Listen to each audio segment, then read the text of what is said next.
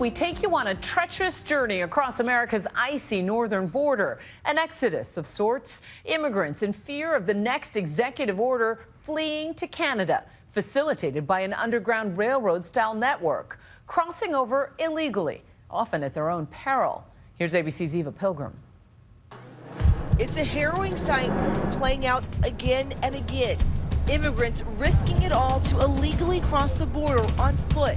But we're far from the epicenter of the political debate. We're going to build the wall, and Mexico's going to pay for the wall. This is the border with Canada, an over 5,000-mile, largely unsecured boundary, icy and treacherous, where people once desperate to get into the United States are doing everything in their power to get out.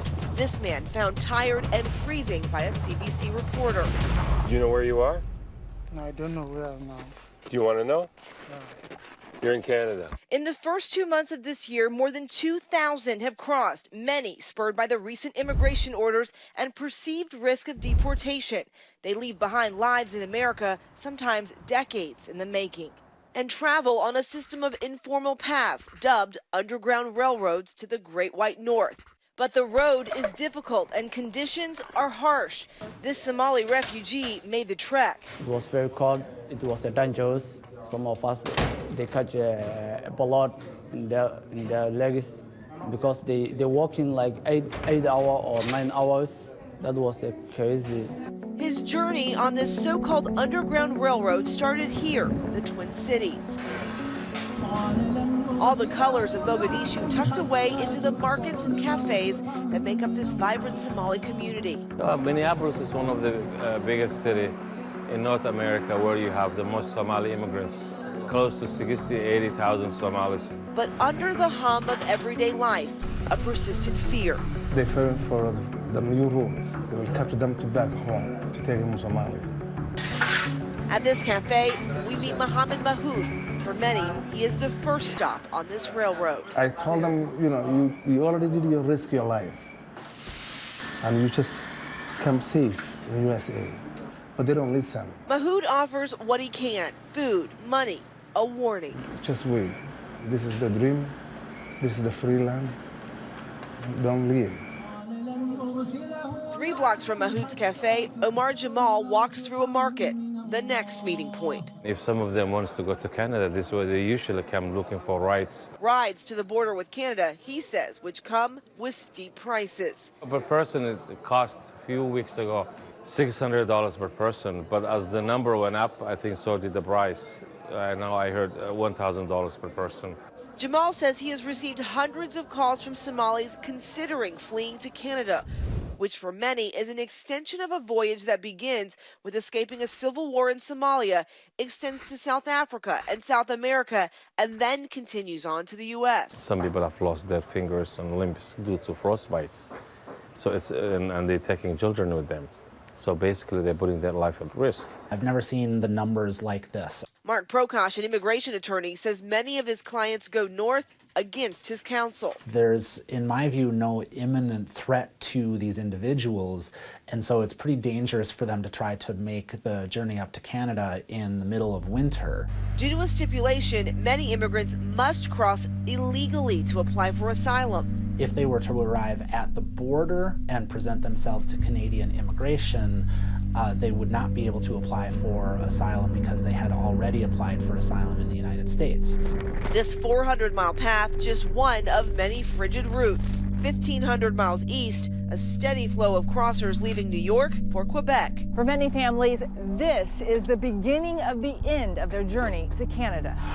They take a bus ride north, then a taxi to Roxham Road, the border. You guys don't want to ask like we live in. You know, if you're crossing here, you will be arrested. You know that? You crossed already. You're under arrest for illegal entry in Canada. Where are you from? Sudan as well? And there have been so many people coming to cross into Canada this way that they actually carved out a path right here in the snow. Well, this time of the year, it's frostbite, hypothermia. For U.S. Customs and Border Patrol in North Dakota, dropping temperatures mean potential for life-saving operations on the American side of the border. When you're at wind chills of 35 to 50 below zero, your exposure time is measured in minutes.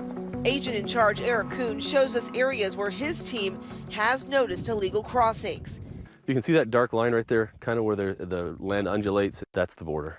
I would stick to the footpath, otherwise you'll be in waist-deep snow. This shuttered port of entry has become a main artery for foot traffic. Where it does the dog leg, that's where it parallels the border. It's kind of the expanse they'll cross through.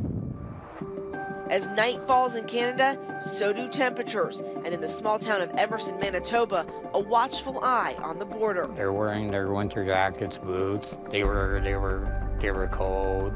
The Emerson Inn, the first refuge for many crossers. Well, I give them food, coffee, and then I sheltered them. But in quiet moments of introspection, growing concern over Canada's acceptance of refugees. Do we need it? No. Do we want it? No. Are we going to do it? Probably yes. I'm at an age where I'm getting close to retirement. And unfortunately, when they come here and apply for refugee status, they're getting more than I do as a Canadian who has contributed to this country for 40 years. On this night, the Royal Canadian Mounted Police telling us that 5 people illegally crossed into Canada under the cover of darkness. This year so far, 183 people have been intercepted in Manitoba alone. Welfare agencies overwhelmed. We have to go and pick up families, we have to pick up people. Rita Chahal runs Welcome Place in Winnipeg, Manitoba. This is the Salvation Army. It is a temporary shelter. They have some arrangements with them. Thank you, Nico. Hi, guys. Hi. You finished all your papers? Yeah, we are going to take today. It is here we meet that refugee who completed the trip. U.S. it was a good country, but now it's the worst country in the world because I didn't do nothing. I just fear my country. I just seek asylum. What happened when you got to Canada? Canada, they was welcomed. They give it to me in good food. They give it to me a good house. They allowed me to apply in asylum. We are a country that is built on, the values are of compassion and caring and acceptance and love. And I think that's what you're seeing among Canadians and those who are reaching out. We'll have to make sure we're not disturbing. Chahal shows us to one of the rooms the refugees stay in. Very basic. It's not a fancy place that by any means. A room, a bed, and for now at least a pause from a seemingly interminable journey. While it might be the end of one journey, it's also the beginning of another one. I feel happy. I feel I am in a safe country. I'm in a good country. For Nightline, I'm Eva Pilgrim in Champlain, New York.